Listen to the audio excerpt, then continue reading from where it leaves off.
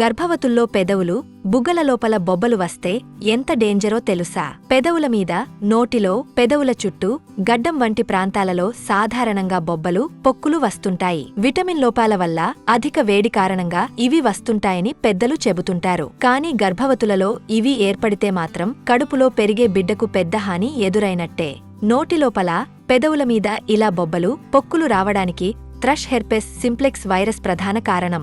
ఈ వైరస్ లాలాజలం లేదా జననేంద్రియాలను తాకడం ద్వారా వ్యాపిస్తుంది. ఒక్కసారి ఈ వైరస్ మనిషిని చేరిందంటే ఇక జీవితాంతం శరీరంలో ఉంటుంది. HSV-1 అనే వైరస్లు సాధారణంగా ముఖం, పెదవులపై, మరికొన్నిసార్లు జననేంద్రియాలపై బొబ్బలు కలిగిస్తాయి. మహిళలలో ఇంతకు ముందు ఎప్పుడైనా ఇలాంటి బొబ్బలు వచ్చినట్టయితే గర్భాధారణం సమయంలో కూడా ఇది ఎదురయ్యే అవకాశం ఎక్కువగా ఉంటుంది. నార్మల్ డెలివరీ సమయంలో మహిళలకు ఇన్ఫెక్షన్ ఉంటే అది బిడ్డకు చేరుతుంది. అప్పుడే పుట్టిన పిల్లలలో రోగనిరోధక శక్తి చాలా తక్కువగా ఉంటుంది.